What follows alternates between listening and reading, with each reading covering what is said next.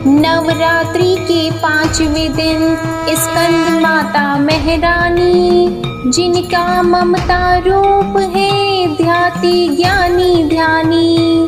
कार्तिकेय को गोद ले करती अनोखा प्रेम, अपनी शक्ति दी उन्हें करे रक्त संचार। या देवी सर्वभूतेषु मस्कंद रूपेण संस्थिता, नमस्तस्यै नमस्तस्यै नमस्तस्यै नमो नमः।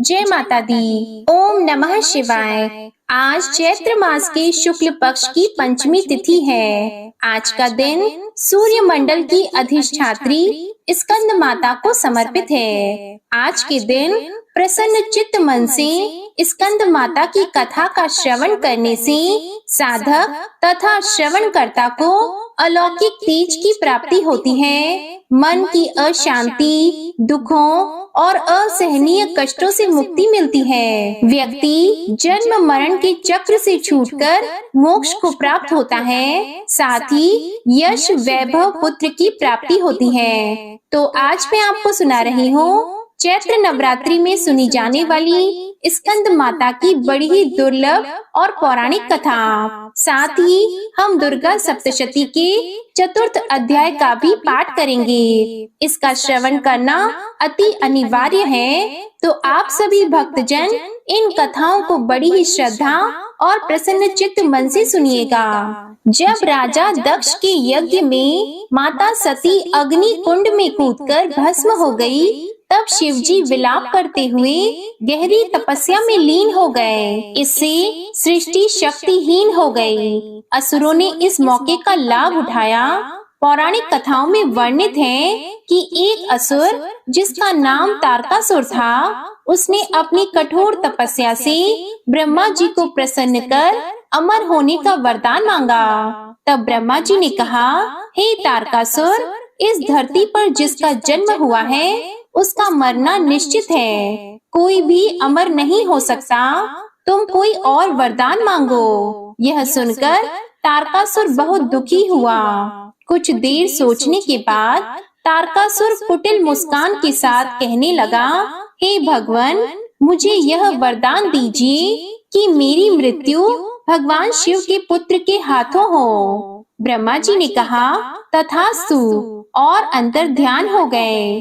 तारकासुर ने यह सोच लिया था कि भगवान शिव तो माता सती के वियोग में अनादि काल तक तपस्या में लीन रहेंगे और माता सती का स्थान शंकर भगवान किसी और को नहीं देंगे। अतः वे तो अब विवाह करेंगे ही नहीं और उसकी मृत्यु जो शंकर भगवान के पुत्र के हाथों होनी है, बिना शिव जी के विवाह किए उनका जन्म लेना भी असंभव है। अब देखिए, एक प्रकार से तारकासुर स्वयं को अमर ही समझ बैठा था। वह बहुत ही शक्तिशाली और क्रूर हो गया था।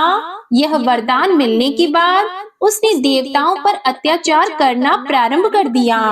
देवतागण बहुत ही परेशान हो गए और उन्होंने ब्रह्मा जी से मदद मांगी। ब्रह्मा जी ने कहा, तारकासुर का अंत शिव पुत्र ही कर सकते हैं। यह सुनकर इंद्र और समस्त देवतागण भगवान शिव के पास पहुँचे। इस सृष्टि को तारकासुर से मुक्ति दिलाने का निवेदन किया। शिव जी ने सभी देवताओं को इस समस्या से मुक्ति दिलाने का वचन दिया। तब भगवान शिव जी पार्वती जी के अपने प्रति अनुराग की परीक्षा लेते हैं और माता पार्वती की तपस्या से प्रसन्न होकर उनसे विवाह करते हैं। विवाह के बाद शिव पार्वती के पुत्र स्कंद, जिन्हें हम कार्तिकेय भी कहते हैं, उनका जन्म हुआ।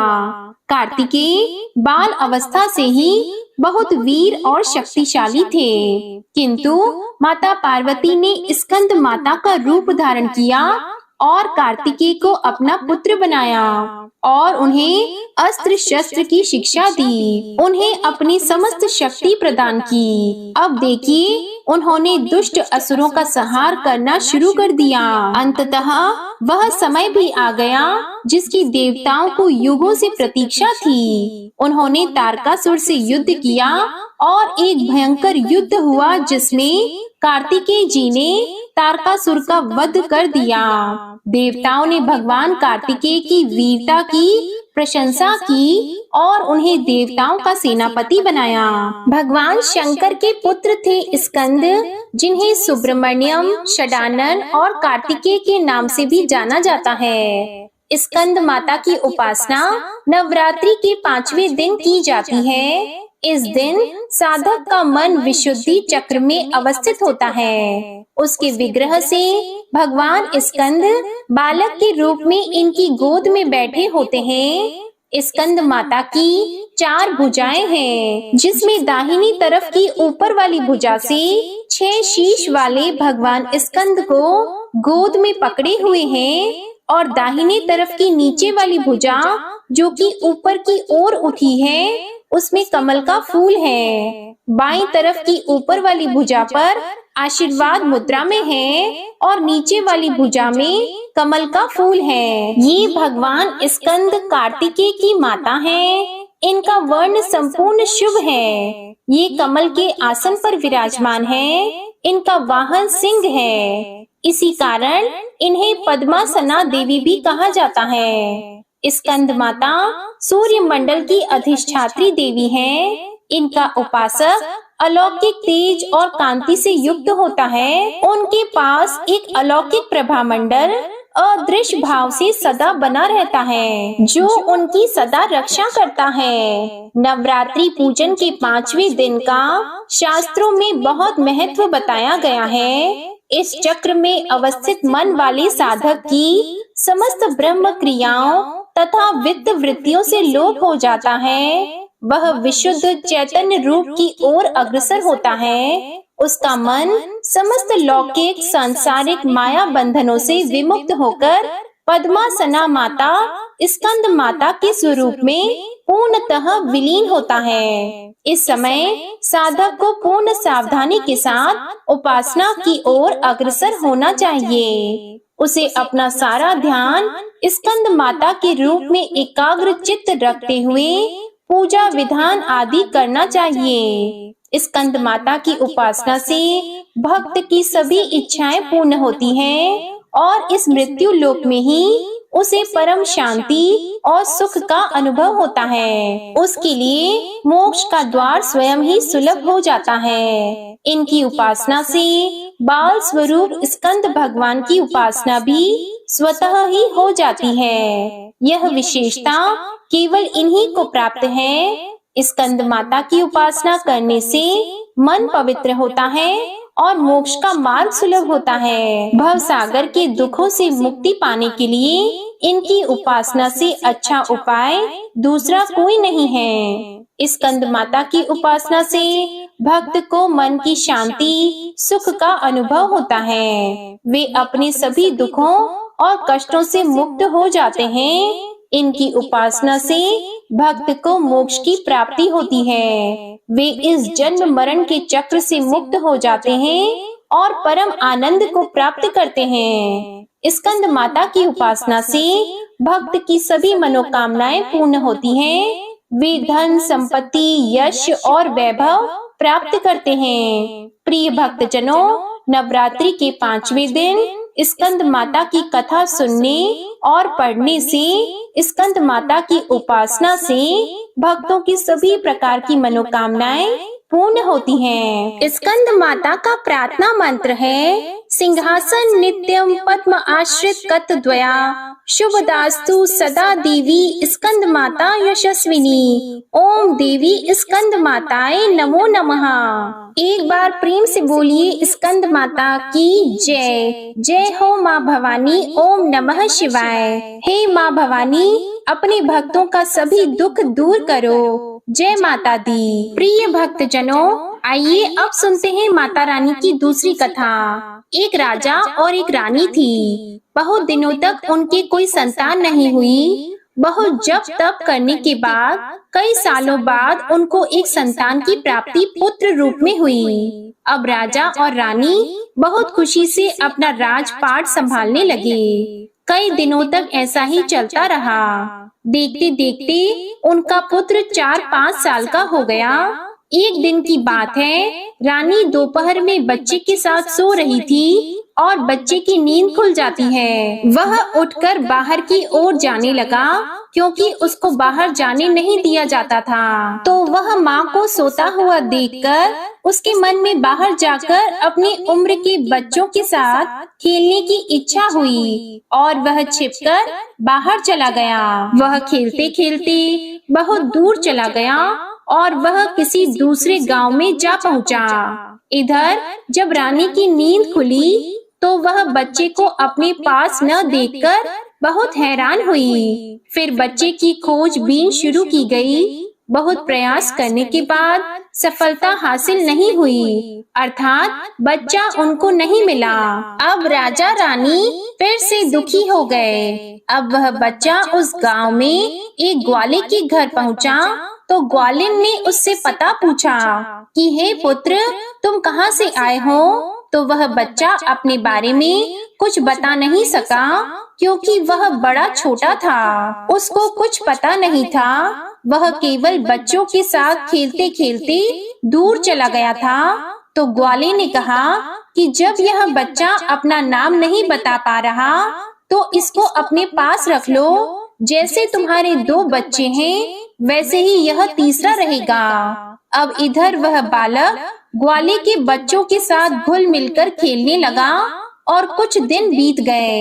एक दिन ग्वाले की नजर उस बच्चे के हाथ पर पड़ी तो वह देखा कि उसके हाथ में किसी का नाम लिखा हुआ है। तो वह बच्चे से पूछा, पुत्र, यह किसका नाम है? तो उस बच्चे ने कहा, यह हमारे पिताजी का नाम लिखा है। तो ग्वाले ने कहा कि हम आपके पिताजी का नाम ढूंढते हुए घर पर चलेंगे। अब देखिए, इधर जब राजा शिकार पर निकल जाते हैं तो रानी रोज अपने बच्चे को इधर उधर ढूंढती है क्योंकि माँ का हृदय था। वह दिन भर तड़पती अपने बच्चे की याद में इधर उधर बाग बगीचे में देखती कि कहीं मेरे बच्चे का कोई संदेश आ जाए। रानी यही सोचती कि इतने दिन बाद एक संतान हुई थी तो मैंने लापरवाही में वह भी अपने हाथ से गवा दी। अब रानी एकदम निराश होकर एक गांव में पहुंची तो वहां उसने देखा कि कुछ औरतें मिलकर देवी माता की पूजा कर रही हैं। तो रानी भी वहां जाकर बैठकर पूरी पूजा देखती है और पूजा के दौरान माता रानी की कथा को बहुत मन लगाकर सुनती है। पूजा समाप्त हो जाने के बाद सारी सुहागिनें रानी को प्रसाद देती हैं। तब रानी ने पूछा, बहन, आप किसकी पूजा कर रही हैं? हमको भी बताइए। तब सभी सुहागिनों ने कहा कि हम माँ भवानी, माता दुर्गा की पूजा कर रही हैं। माता बहुत ही दयालु हैं। ये अपने भक्तों के संकट को क्षण मात्र में दूर कर देती हैं। बस ध्यान करने वाली बात है कि तब तक आपकी मनोकामनाएं तुरंत ही पूरी हो जाती हैं। जब आपकी मनोकामनाएं पूरी हो जाएं, तो आप तुरंत माँ देवी की पूजा करें। आपकी जो मन्नत मांगी है उसे पूरा करिएगा। मनोकामना पूर्ण होने के बाद माता रानी की पूजा तुरंत ही कर लेनी चाहिए, उनको टालना नहीं चाहिए। तो रानी ने अपने मन में सोचा कि अगर माँ भवानी, माँ दुर्गा ने हमारा बच्चा सकुशल वापस हमारे घर पहुँचाया तो हम भी इसी तरह से सभी सुहागिनों के साथ माता रानी की पूजा करेंगी। उधर रानी का ये मन्नत मानना हुआ कि इधर ग्वाला बच्चे को लेकर उसके पिता की तलाश में निकल पड़ा।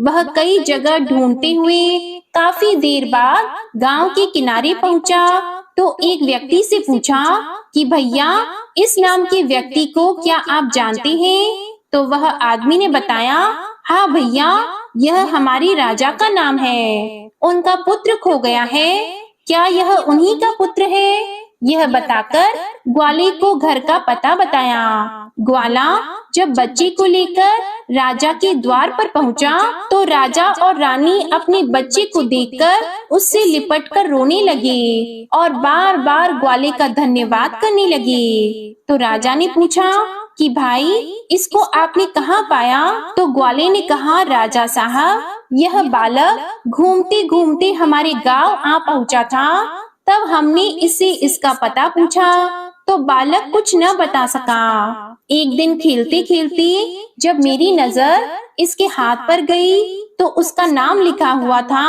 और उसी नाम के सहारे हमने इसको आप तक पहुंचाया है। प्रिय भक्तजनों, रानी की खुशी की सीमा न थी। रानी ने राजा से कहा कि ग्वाले को खूब धन दौलत देकर विदा कीजिए, लेकिन ग्वाले ने कुछ नहीं लिया और कहा, जितनी खुशी आपको है अपने पुत्र को पाकर, उतनी ही खुशी मुझे भी है कि मैंने आपकी धरोहर को आप तक पहुंचाया है। अंत में राजा ने ग्वाले को धन देकर विदा किया। अब रानी को यह तुरंत याद आया कि वह माता रानी की मन्नत मानी थी, उनकी पूजा करने का और नवरात्रि का व्रत करने का। तो रानी ने राजा से कहा कि हमने माँ दुर्गा की मन्नत मांगी है, हमें नवरात्रि का व्रत करना है। हम नवरात्रि का व्रत करेंगे और नगर की कुछ स्त्रियों को निमंत्रण दीजिए और तुरंत माता भवानी की पूजा कीजिए। रानी ने तुरंत ही माता की पूजा करने वाली सारी सामग्री इकट्ठा करवाई। माता रानी की पूजा की सारी व्यवस्था की गई। सभी सुहागिनों ने मिलकर माता रानी की विधिवत पूजा की और माँ भवानी दुर्गा माता का गीत गाया। जिन सुहागिनों को माता रानी की कथा आती थी, उन्होंने माता रानी की कथा सुनाई और फिर अंत में सभी सुहागिनों ने मिलकर माता रानी की आरती की। उनसे प्रार्थना की कि हे माँ, जिस तरह आपने हमारे संकट को दूर किया, ऐसे ही जो आपको याद करेगा आप उनके भी संकट को दूर करना। हे माता, आपका स्वभाव बड़ा ही दयालु है, बड़ा ही सहज है, बड़ी ही कृपालु है। जय माता रानी। हे माँ भवानी, जिस प्रकार आपने रानी के बच्चे को वापस किया, उसकी गोद भरी, उसके जीवन में खुशियाँ लौटाई, उसी प्रकार सभी माताओं की गोद को हरा भरा रखना, सभी के घर में सुख समृद्धि लाना। जय माँ दुर्गा। ओम नमः शिवाय।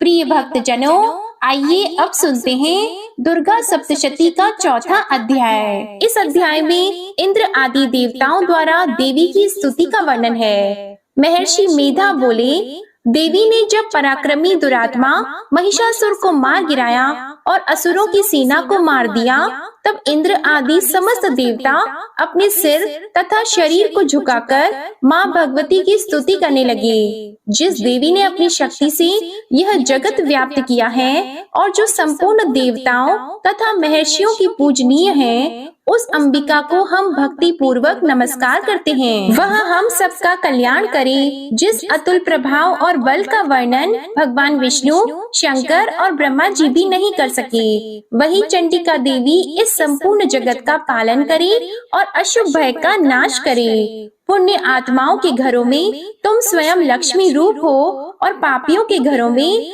तुम अलक्ष्मी रूप हो और सतकुल में उत्पन्न होने वालों के लिए तुम लज्जा रूप होकर उनके घरों में निवास करती हो। हम दुर्गा भगवती जी को नमस्कार करते हैं। हे देवी, इस विश्व का पालन करो। हे देवी, हम तुम्हारे अचिंत्य रूप का किस प्रकार वर्णन करें। असुरों का नाश करने वाली भारी पराक्रम तथा समस्त देवताओं और दैत्यों के विषय में जो तुम्हारे पवित्र चरित्र हैं, उनका हम किस प्रकार वर्णन करें। हे देवी, त्रिगुणात्मिका होने पर भी तुम संपूर्ण जगत की उत्पत्ति का कारण हो। हे देवी, भगवान विष्णु, शंकर आदि किसी भी देवता ने तुम्हारा पार नहीं पाया। तुम सबकी आश्रय हो। यह संपूर्ण जगत तुम्हारा ही अंश रूप है, क्योंकि तुम सबकी आदि भूत प्रकृति हो। हे देवी, तुम्हारे जिस नाम के उच्चारण से संपूर्ण यज्ञों में सब देवता तृप्ति लाभ करते हैं, वह स्वाहा तुम ही हो। इसके अतिरिक्त तुम पितरों की तृप्ति का कारण हो, इसलिए सब आपको स्वधा कहते हैं। हे देवी, वह विद्या जो मोक्ष को देने वाली है, जो अचिंत्य महाज्ञान स्वरूपा है, तत्वों के सार को वश में करने वाले, संपूर्ण दोषों को दूर करने वाले, मोक्ष की इच्छा वाले मुनिजन जिसका अभ्यास करते हैं, वह तुम ही हो। तुम वाणी रूप हो और दोष रहित ऋग तथा यजुर्वेदों की एवं उद्गीत एवं सुंदर पदों के पाठ वाले साम वेद की आश्रय रूप हो। तुम भगवती हो। इस विश्व की उत्पत्ति एवं पालन के लिए तुम वार्ता के रूप में प्रकट हुई हो और तुम संपूर्ण संसार की पीड़ा हरने वाली हो। हे देवी, जिससे सारे शास्त्रों को जाना जाता है, वह मेधा शक्ति तुम ही हो और दुर्गम भव सागर से पार करने वाली नौका भी तुम ही हो। लक्ष्मी रूप से विष्णु भगवान के हृदय में निवास करने वाली और भगवान महादेव द्वारा सम्मानित गौरी देवी तुम ही हो। मंद मुस्कान वाली निर्मल पूर्ण चंद्र बिंब के समान और उत्तम सुवर्ण की मनोहर कांति से कामनीय तुम्हारे मुख को देखकर भी महिषासुर क्रोध में भर गया। यह बड़े आश्चर्य की बात है। और हे देवी, तुम्हारा यही मुख जब क्रोध से भर गया तो उदय काल के चंद्रमा की भांति लाल हो गया और तनी हुई भौहों के कारण विकराल रूप हो गया। उसे देखकर भी महिषासुर के शीघ्र प्राण नहीं निकल गए। यह बड़े आश्चर्य की बात है। आपके कुपित मुख के दर्शन करके भला कौन जीवित रह सकता है। हे देवी, तुम हमारे कल्याण के लिए प्रसन्न हो। आपके प्रसन्न होने से इस जगत का अभ्युदय होता है और जब आप क्रोधित हो जाती हैं, तो कितने ही कुलों का सर्वनाश हो जाता है। यह हमने अभी अभी जाना है कि जब तुमने महिषासुर की बहुत बड़ी सेना को देखते देखते मार दिया है। हे देवी, सदा अभ्युदय देने वाली, तुम जिस पर प्रसन्न हो जाती हो वही देश में सम्मानित होते हैं। उनकी धन यश की वृद्धि होती है, उनका धर्म कभी शिथिल नहीं होता है और उनके यहाँ अधिक पुत्र पुत्रियां और नौकर होते हैं। हे देवी, तुम्हारी कृपा से ही धर्मात्मा पुरुष प्रतिदिन श्रद्धा पूर्वक यज्ञ करता है और धर्मानुकूल आचरण करता है और उसके प्रभाव से स्वर्ग लोक में जाता है, क्योंकि तुम तीनों लोकों में मनोवांछित फल को देने वाली हो। हे माँ दुर्गे, तुम स्मरण करने पर संपूर्ण जीवों के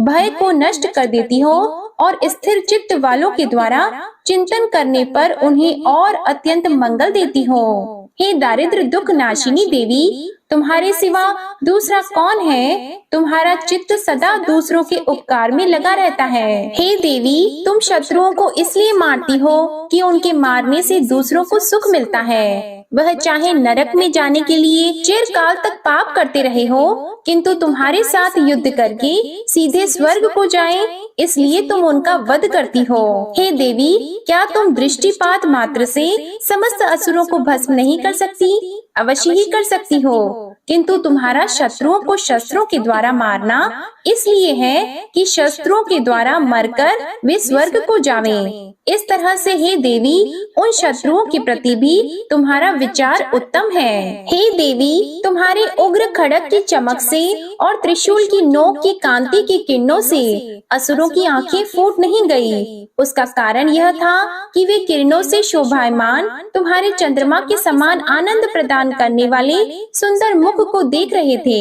हे देवी, तुम्हारा शील बुरे वृतांत को दूर करने वाला है और सबसे अधिक तुम्हारा रूप है, जो न तो कभी चिंतन में आ सकता है और न जिसकी दूसरों से कभी तुलना ही हो सकती है। तुम्हारा बल और पराक्रम शत्रुओं का नाश करने वाला है।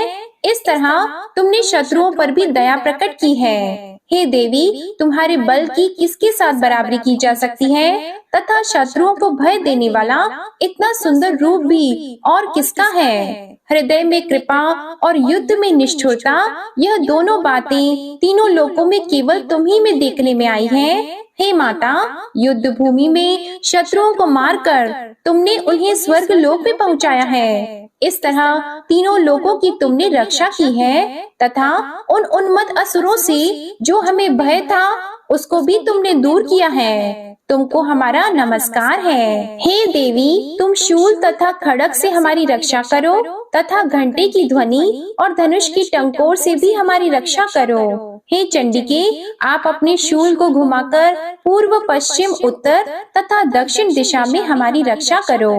तीनों लोकों में जो तुम्हारे सौम्य रूप हैं तथा घोर रूप हैं, उनसे हमारी रक्षा करो तथा इस पृथ्वी की रक्षा करो। हे अंबिके, आपके कर पल्लवों में जो खड़ग, शूल और गदा आदि शस्त्र शोभा पा रहे हैं, उनसे हमारी रक्षा करो। महर्षि बोले कि इस प्रकार जब सब देवताओं ने जगत माता भगवती की स्तुति की और नंदन वन के पुष्पों तथा गंध अनुलेपों के द्वारा उनका पूजन किया और फिर सबने मिलकर जब सुगंधित और दिव्य धूपों द्वारा उनको सुगंधी निवेदन की, तब देवी ने प्रसन्न होकर कहा, हे देवताओं, तुम सब मुझसे मनोवांछित वर मांगो। देवता बोले, हे भगवती, तुमने हमारा सब कुछ कार्य कर दिया, अब हमारे लिए कुछ भी मांगना बाकी नहीं रहा है, क्योंकि तुमने हमारे शत्रु महिषासुर को मार डाला है। हे महेश्वरी, तुम इस पर भी यदि हमें कोई वर देना चाहती हो तो बस इतना वर दो कि जब जब हम आपका स्मरण करें तब तब आप हमारी विपत्तियों को हरण करने के लिए हमें दर्शन दिया करो।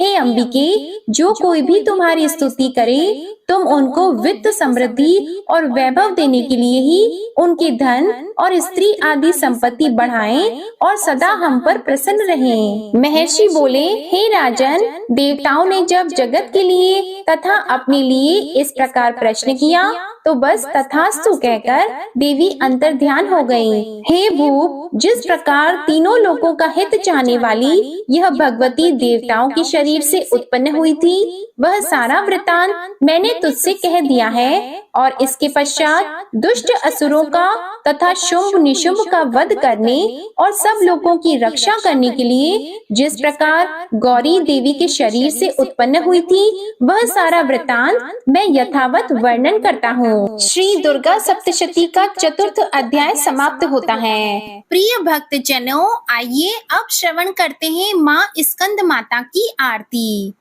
ओम जय माँ स्कंद माता, मैया जय स्कंद माता, परम सुखदाई मैया तुमसे सुख आता।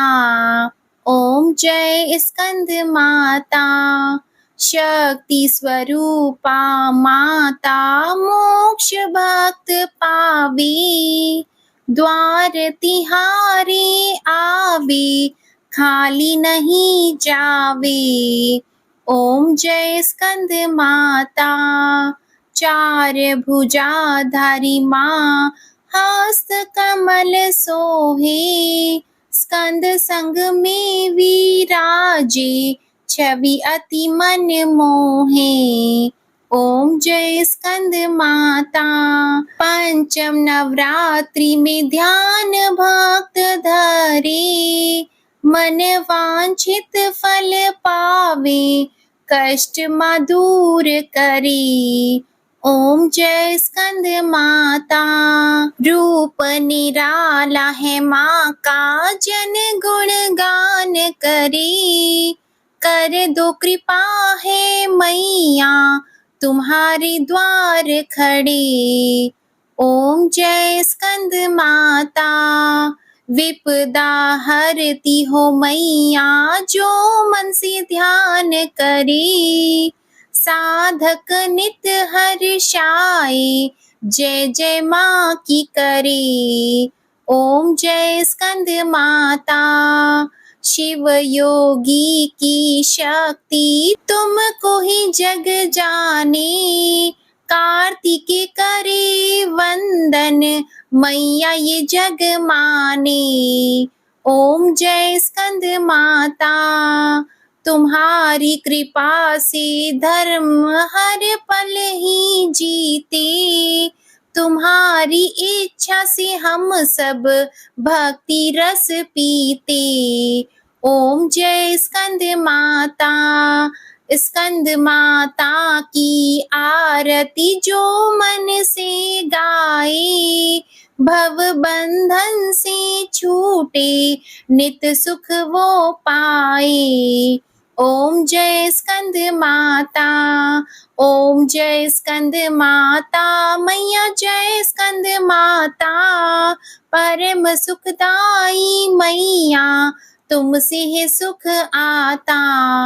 ओम जय स्कंद माता, प्रेम से बोलिए स्कंद माता मैया की जय। क्षमा याचना। हे परमेश्वरी, मेरे द्वारा रात दिन सहस्त्रों अपराध होते रहते हैं, अपनी भक्त समझकर मेरे उन अपराधों को आप कृपा पूर्वक क्षमा करो। हे परमेश्वरी, मैं आह्वान करना नहीं जानती, विसर्जन करना नहीं जानती तथा पूजन करने का ढंग भी नहीं जानती। मुझे क्षमा करो। हे देवी, हे सुरेश्वरी, मैंने जो मंत्रहीन, क्रियाहीन और भक्तिहीन पूजन किया है, वह सब आपकी कृपा से पूर्ण हो। सैकड़ों अपराध करके भी जो आपकी शरण में जय जगदम्बे कहकर पुकारता है, उसे वह गति प्राप्त होती है जो ब्रह्म आदि देवताओं के लिए भी सुलभ नहीं है।